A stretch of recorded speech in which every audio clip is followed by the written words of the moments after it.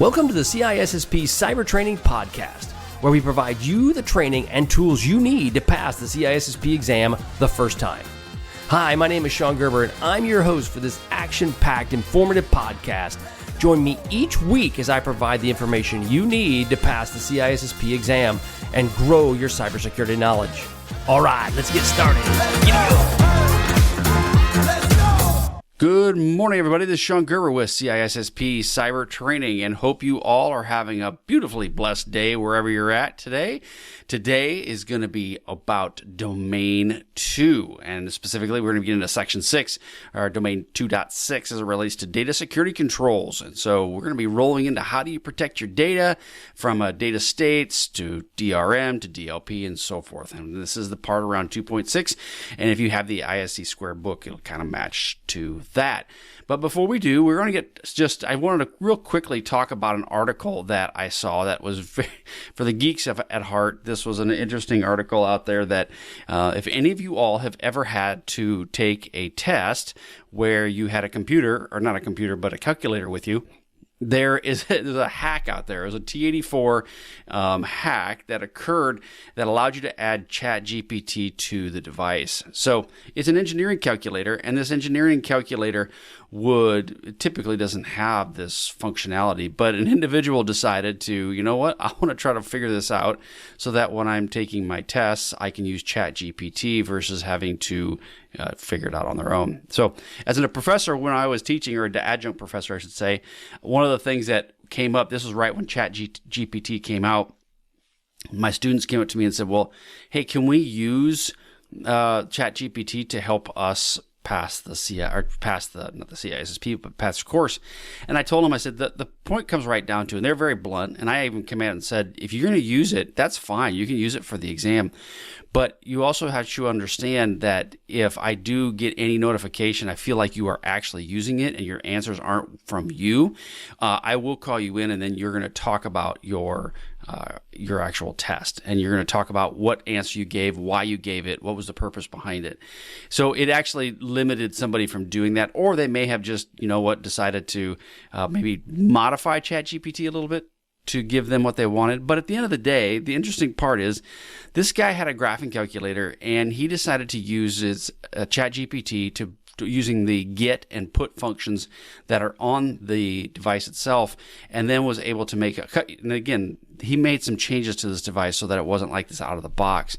But it was designed to be able to do that. And so he actually went out and he put in a Wi-Fi enabled microcontroller, which cost about $5. And then he also had some other components that he was able to put inside this TI-32 to make it so that it was compatible with connecting to the internet. And it was interesting how he got this to work. So I put the link, you'll have to be able to see this link. It's from Ars Technica, Secret Calculator Hack Brings ChatGPT to T84. He did mention that during this time he had some voltage issues when he was putting it together, and it didn't work real easily. He had to go out and make a lot of changes. So from a professor standpoint, from a college standpoint, I'd say good on you, man. That right there is a way to use something, and you're actually learn something different than what you were trying to accomplish. But the other, on this interesting side of that is, you're now, these professors are going to have to start thinking outside the box. The old ways of just, hey, I've got a son that is in education, and they have tests, and their tests have been created, and they just, no offense to him, they regurgitate these tests over and over again when a new batch of students come in. Well, teachers are going to have to get outside the box a little bit, because this is just going to continue to get more and more pervasive, because people are going to try it. They're smart. They're very, very smart. They're going to try to do these different types of things. So it's something to consider. I would take a look at it, and it's on Ars Technica, and it is a T84, and it is for cheating on tests. So yes, you all can try it and see if that's something you want to do. I wouldn't recommend cheating on tests, but hey, that's up to you. Okay, so today we're going to be getting into 2.6, and 2.6 is around data states and determining data security controls. Now, all this information, like I said before, is available to you on CISSP Cyber Training. You can head there and get access to all this information. It's available to you. This video will be posted on the website, so you'll have access to the video there. You can listen to the podcast, obviously, wherever you get your podcasts at, as well as on YouTube. We've been having a lot of success with this podcast. The podcast is getting good reviews, it's getting good downloads, and so obviously you all are enjoying it. So that's positive. I get a lot of different feedback from people through email that they've been passing the CISSP, which is awesomeness. So we're excited about that. Well, so today is the determining of data security controls. Now, we're going to get into a couple different parts around data security controls, and this would get into data states as the first topic. Now, a data state, and we've talked about this, as we talk through CISSP training and the different types of stuff that you need to be successful, to pass the test, but also to be successful as a security professional within your space. One of the things that came up we've talked about is data states: data at rest, data at transit, data in use. Those are the three types of data states. Data at rest, this stores the data in a physical media, such as a hard drive, a tape, cloud storage, anything like that is what the data is at rest. Now, encryption on data at rest will help protect this from access to unauthorized people. Now, we talk about encryption. Encryption is a very slippery slope. You have to have the ability to have keys for your encryption. If you're going to have encryption in the cloud or you're going to have encryption on premises, you have to have a way to manage these keys so that you can get the data out that is encrypted, unencrypted, and be able to use it.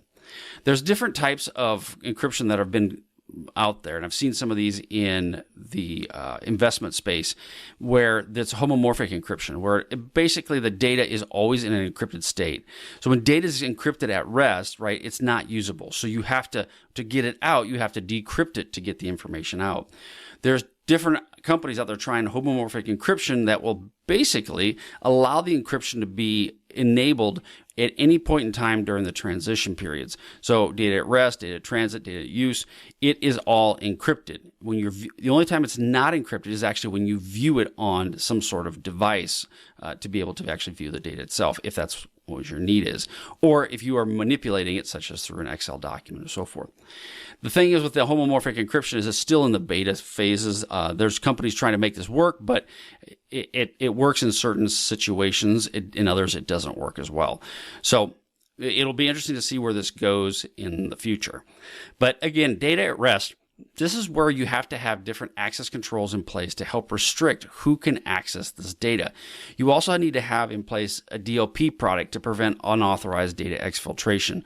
And we've talked about data exfiltration. It can be a big challenge with companies because of the fact that there's so many ways out of your organization that it's not easy to protect it. And so therefore you need to have some sort of DLP in place to be able to help you with that. Data in transit. Now, data in transit is when data is transmitted over networks. So this could be over wireless networks, it could be LAN networks. Any type of network is when the data is in motion. Obviously, encryption will help this. This helps from when you have point-to-point level encryption. So if you have a computer talking to another computer from point A to point B, then that's when the data will be protected and encrypted. VPNs can also help create this secure tunnel that will help for data transmissions. And we've talked about different types of VPNs in CISSP cyber training. So the point comes into, though, is this is what helps when you're trying to transmit data between two locations. Another type is TLS and SSL encryption. These are secure protocols that are used a lot for different types of communication, but mainly for web communication. But you can use TLS in various different pieces. Now, the most current version is TLS 1.3, and therefore, if you use earlier versions, you need to make sure that they have not been deprecated and are still a valuable use. Data in use. This is where data is actively being processed. Access controls will help restrict that, right? Who has access to the data? Data masking. This is another part where the data is coming in. You have your, let's say, for example, social security numbers. Those are masked. Maybe the first however many 6 digits, or you just leave the last 4 digits are available. That's a masking technique. There's various applications that will do this. I've personally worked with Salesforce to make that happen, but there's various other applications will have that capability built into it. Most ERP type solutions, which is your enterprise resource planning products, applications such as SAP. There's many other ones out there. Salesforce is another one. They will have data masking enabled. Privileged user management, this is where it will control access for users with elevated privileges. Maybe when you have elevated privileges, you are not able to gain access to certain levels of data. Or the vice versa. If you don't have access to these elevated privileges, you don't have access to much of anything.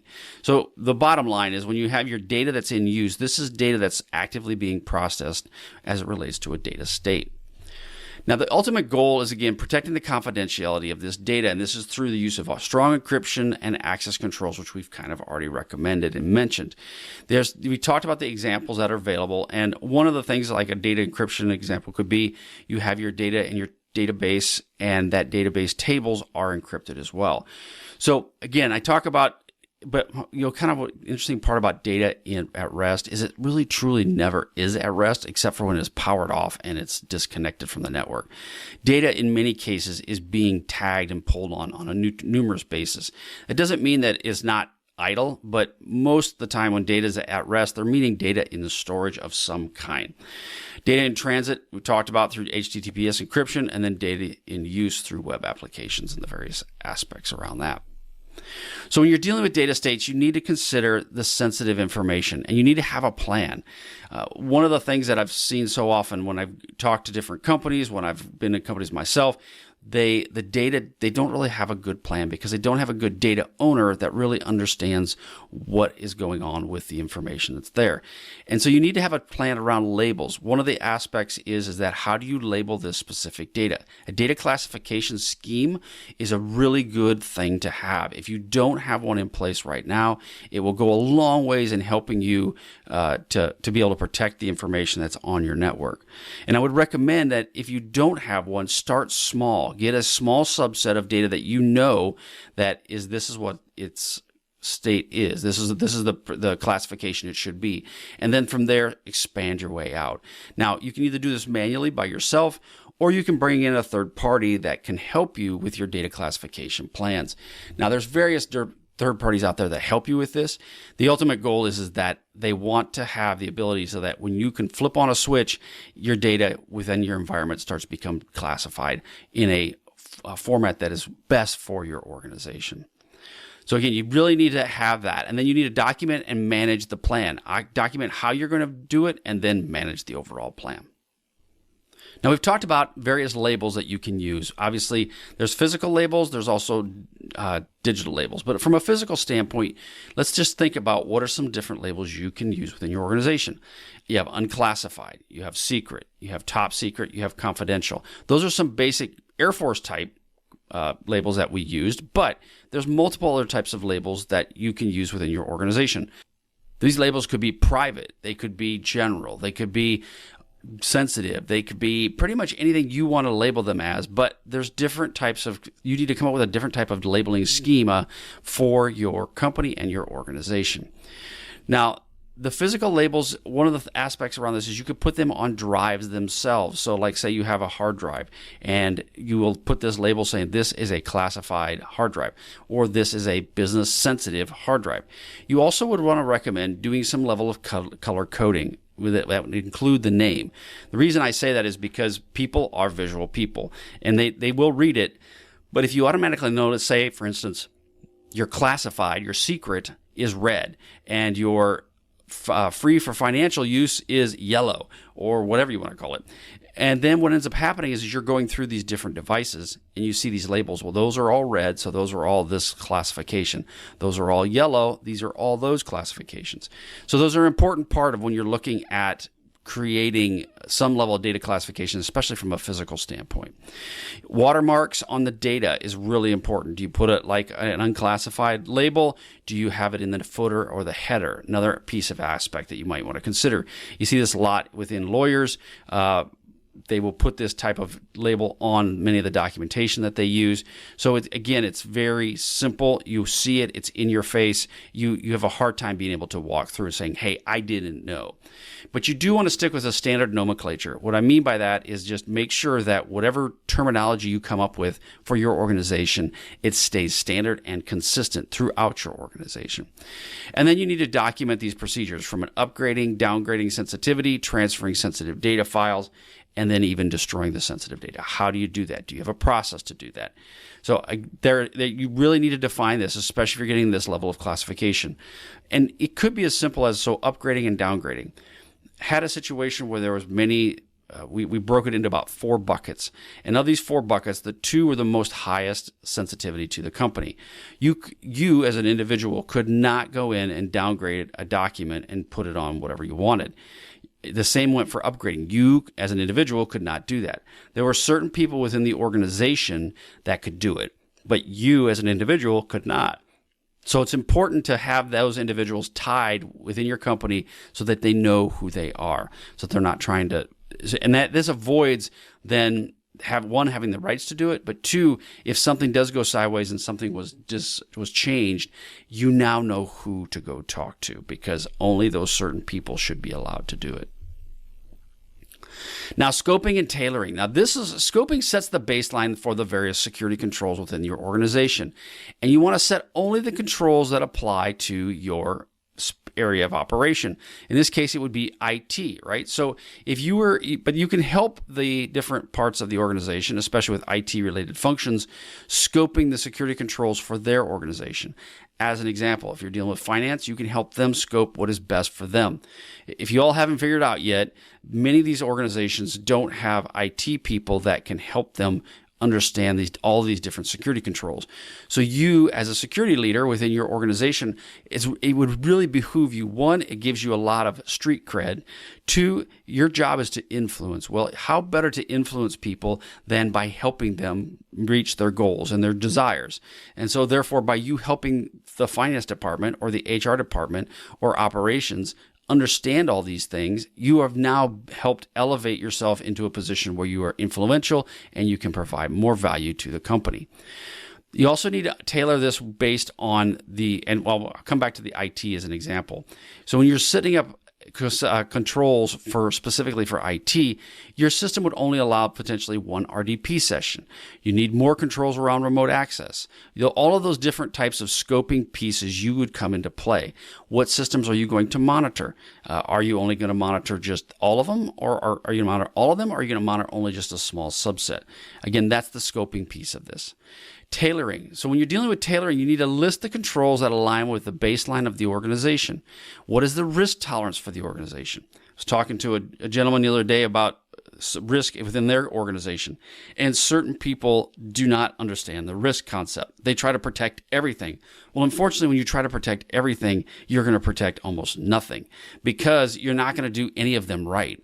And the better part is that you want to focus on protecting the most crucial, the most critical to your organization, that are the highest risk to your company. That is where you want to focus on. And so that's where the tailoring comes into play. So you understand the risk tolerance for your company. That will go a long way with helping you understand what to best protect.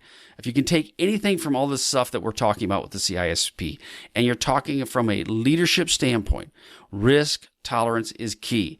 And if you don't know the risk for your company, find out somebody who does.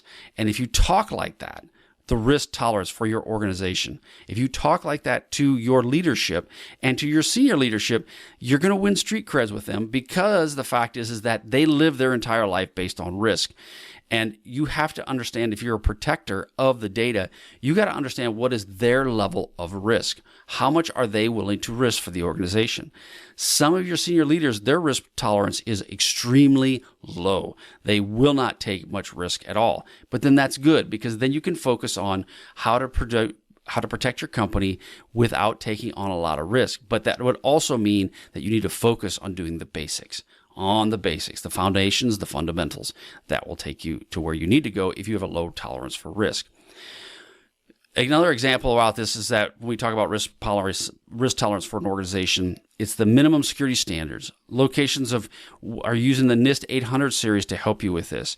So again, you need to understand what does the organization need, and then you can tailor your protection plans around what the organization actually needs and wants.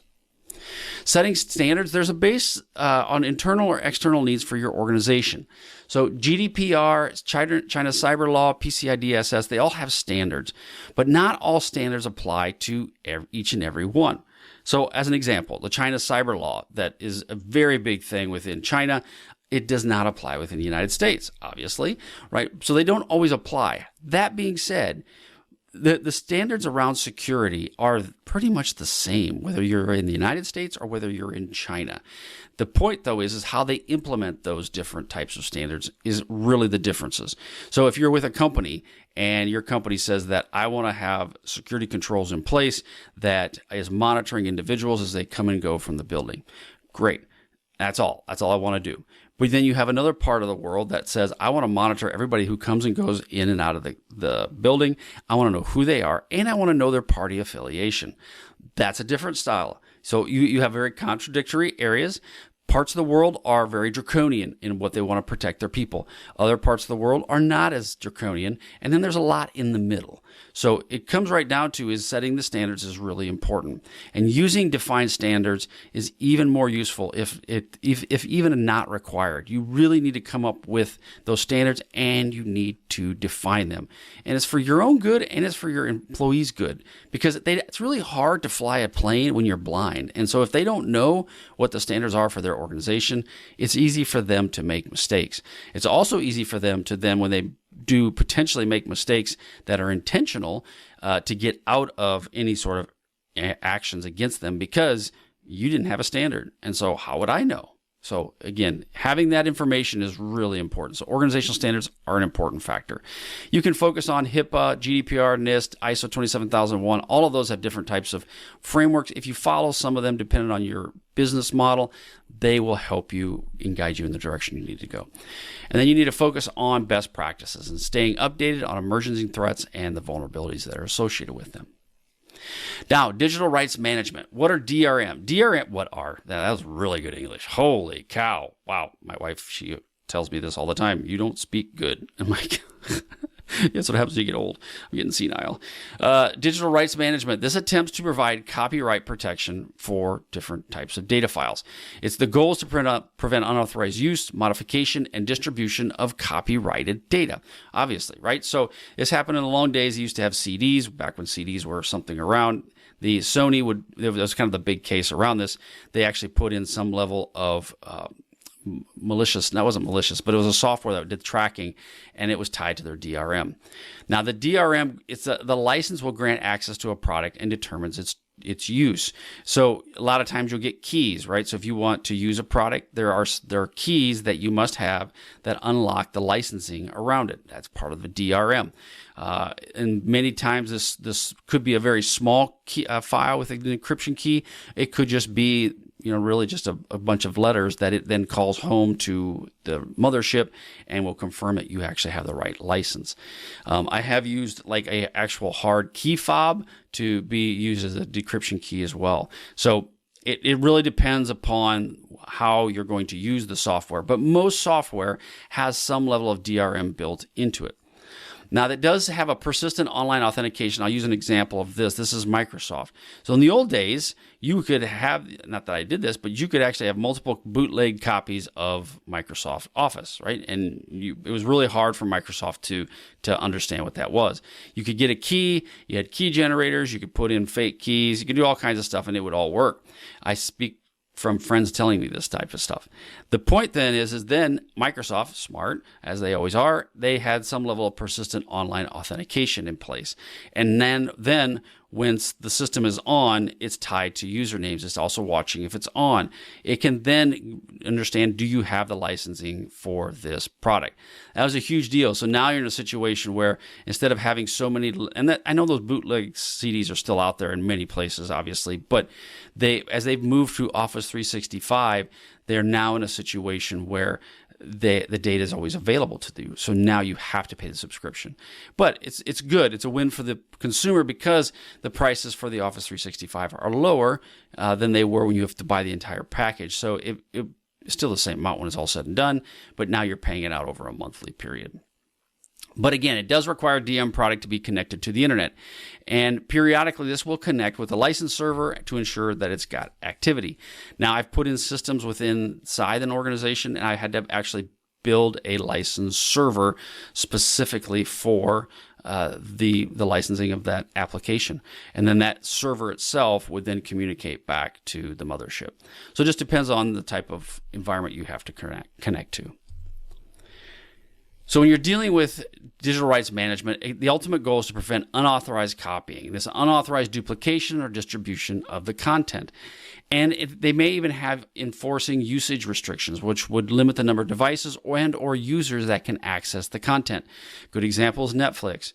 Netflix keeps popping up, hey, if you want to share your Netflix account with your family, you can do that now for an extra fee. But they know through geolocation where you're using it. So if you're using it at home and then all of a sudden it gets used in Mumbai, you're going, wait a minute. So they may ask questions around that, right? I do know they allow some of that activity, but again, they do enforce usage restrictions around limiting the number of devices and users. Disney Plus is another one. A lot of these, they do that. They implement levels of DRM technology to help protect their digital content as well. So if you buy CDs from Walmart or some other location, there is DRM technology built into those DVDs so that you can't just go out and copy them. Again, that technology is designed specifically to protect their rights, and it should, because you know what? That if you're copying them, more or less you can break it out however you want. It's theft, and so therefore they have to put these protections in place to protect their intellectual property. Now, digital rights management. This is the key points with DRM. This is a continuous audit trail. So it does track the use of the copyright product, especially if it's connecting to the mothership. If it doesn't connect to the mothership, obviously it's pretty hard to do that. But today, most things with streaming, it knows where you're using it, when you're using it. It can detect abuse. I will say that I've known some individuals that tried to use the movies that had been hacked and were put onto their servers. And as an example, then they go, hey, watch this video. Well, unfortunately, they're pulling it off of their Google Drive or they're pulling it somewhere else, and it's going over the ISP. Well, the ISP knows, hey, this is a duplicate of a movie that's out, and therefore it will flag that. I don't know how they do it, but they've got a way that they figure out how to do that. So the interesting part is that's another level of DRM, and it can detect abuse with different uses of products in different geographic locations. They also have automatic expiration. These products are sold on subscription basis, basically yearly. It can be month to month, or you can buy the subscription one time, but bottom line is they have automatic expiration on them, and therefore they get you to come back and buy some more. These expiration ends that basically the product access is blocked. So, and you all have dealt with this. I'm not telling you anything new because you all have probably some level of streaming service in your own homes. DRM functions, these can accomplish various protections on files. Obviously, they can limit printing, USB access, email access. All of those kind of pieces can be added to that as well. So again, this will be discussed much more in our intellectual property sections, which will go in deeper around IP and IP protection mechanisms. But DRM is something that you will be dealing with as a security professional almost all the time. Now, DLP. So we have DRM, we have DLP, data loss prevention. I deal with DLP and the different types of access around data documents. Now, as life is changing, DLP is becoming a bigger deal for most companies. And companies need to consider this because, one, you have intellectual property. Two, there's a lot of intellectual property theft going on. And this intellectual property can be as simple as just how you do business. Say you have a certain process by which you move widget A to widget B, and that gives you a competitive advantage over your competitors. And so therefore, that process of widget A to widget B is sensitive, and you want to potentially protect that. So this is where DLP can come into play. Now, it goes back to the part where we talked about sensitive data. We have to have an understanding of what is sensitive within our organization. And so therefore, once you determine that, you can determine what needs to be protected. You then need to monitor the data movement, data paths. Where are they going to? I went through an entire exercise with the company before of where's my data paths going? Where is all the data transferring to? One, I wanted to know where it was to protect it. But two, I had regulations that were telling me from governmental officials saying what kind of data is coming and going from our country. So you have to understand the data movement. Just knowing where the data is one thing, but knowing where it's stored and knowing where it goes is another. if you like security, if you like puzzles, security is a good thing because you have to think abstractly. You have to think very outside the box to really try to understand where everything is moving to. And you still will not be 100% perfect or accurate, guaranteed. But having that knowledge also, I'm going to just say from an ego perspective, puts you in a very good position within the organization that you understand where the dead bodies are. You understand where all the data goes. Very good place to be. Prevent unauthorized exfiltration. You need to look at ways to block attempts to transfer data out of your organization. You need to look at ways to classify data and assign to different levels of protection based on the sensitivity of the data. And then you need to implement these various DLP products to monitor and control the data movements. There's lots of different products out there that will do that. Microsoft has some stuff that they're rolling out more and more. I would say they're probably the industry leader just because of all the Office products that most of the things that are created today are built in an Office type format. And I know there's the Google Sheets folks out there, I get it, but most of it's in an Office format. And so the DLP products, it works out where they can actually be embedded within those types of products as well. So we talked about the different types of labels that are there. You need to use labels, and these will have meta tags on them that will then help understand what is the best right or protection for that document.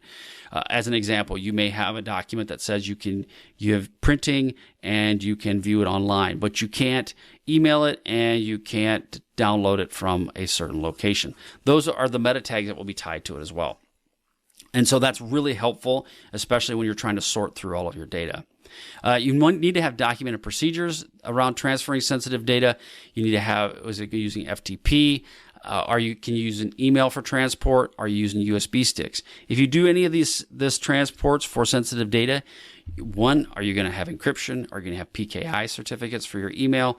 Are you going to use the FIPS 140 series encryption for USB sticks in case they're lost? You need to kind of consider how do you transmit this data to individuals and how you transport it. So something to think about for your procedures, and you need to document that. And this is the problem it runs into, right? Auditors want you to have a full level documentation from soup to nuts, everything in between. I still never really understood what that means, soup to nuts. But if from the beginning to the end, they want you to have everything documented. As we all know, that is almost impossible. So you need to document the basics, and then you need to understand how to manage all those basics. And then you need to have that in a place where people can reference it. But going to every extreme big $10 word, extreme on the words, yeah, see, I'm screwing that up. To go from adding everything in there to just having it to where it's more of a run book. It's a more of an A plus B plus C to C, a more condensed version. You want the condensed because the more stuff you put in, people just are going to ignore it, and it will go bad over time. Over time, is not nearly as useful. Storing of sensitive data, we talked about encryption, access controls, logging and monitoring, big factor. You want to have logging and monitoring. That being said, make sure that you figure out how much logging you're going to be collecting because it comes at a cost. Destruction and deletion of data. How are you going to deal with it after the end of this is all over? Okay, last part we're going to talk about is a cloud access security brokers. What is a CISSP? Okay, so a CISSP is like a security policy enforcement point for your cloud services and your applications.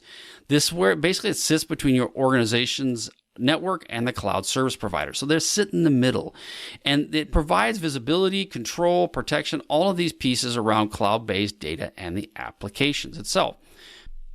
And the reason is that you have all this data that's coming and going from your on-prem environment all the way to the cloud. It needs to be best protected, but you need to have visibility into it as well. So the functions of a CISSP, you got visibility, you've got control. When you're dealing with visibility, this will track the cloud usage and identify potential risks that are going on. This could be too much data going to or from the cloud. The nice part about tracking the usage, it also will help you with your financial aspects of it too. It understands how much data is going in because you're getting charged for the data that's going in and coming down.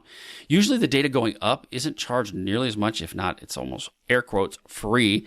But where you get caught is when you try to download the data. That's when it gets really expensive or it takes a lot of time. It monitors data movement and access patterns. It also provides insight into cloud costs and the usage itself. From a control standpoint, it enforces security policies for cloud applications and services, restricts access to sensitive data and applications, and prevents unauthorized data exfiltration. So again, it does all of that for you. And they're becoming more and more popular, obviously because we have a much larger footprint in the cloud, but you want to really consider the use of your CISSP. They also get into protections and integration. Now, they protect the data stored in the cloud, obviously, because they can add that level of encryption that goes up there. They can detect and respond to security threats. A lot of times, the CISSPs will have a key management system in them, so therefore that helps with the data protection. Integration. This integrates with existing security infrastructure, connects to identify with access management systems, and then works with other security tools like firewalls, intrusion detection systems, and the like. So there's a lot of great things that a CISSP will bring to bear. So the benefits we talked about, again, improve visibility, enhance security, reduce risks. It's a simplified compliance, and it helps find with compliance as well as any sort of industry regulations that you may have, any sort of types of frameworks you got to follow. It will help with that as well. And it does give you improved governance and control over your cloud environment. All right, that's all I've got for you today. I hope you guys have a wonderful day. Again, head on over to CISSP Cyber Training. Head on over there, get access to the CISSP training documentation that I have, get access to my courseware. Any of the courseware or any of the mentorship that you want to purchase at CISSP Cyber Training, all of the information, all of the money that is used to purchase that information, it goes to our nonprofit for adoptive families. That's the ultimate goal for us, is to provide a way for adoptive families to be able to adopt kids and help reduce some of the costs associated with that, because it's very expensive to adopt children. It's terribly expensive, but the point is that is there and available. If anything you purchase, all goes to our adoptive. I think it's called the Shepherd's Hope. My wife is just finishing up the name on that. But the ultimate goal is that we want you to pass the CISSP. We want you to get successful in your security career. That is the purpose of CISSP Cyber Training, is we're here for you. All right, have a wonderful day, and we will catch you on the flip side. See ya.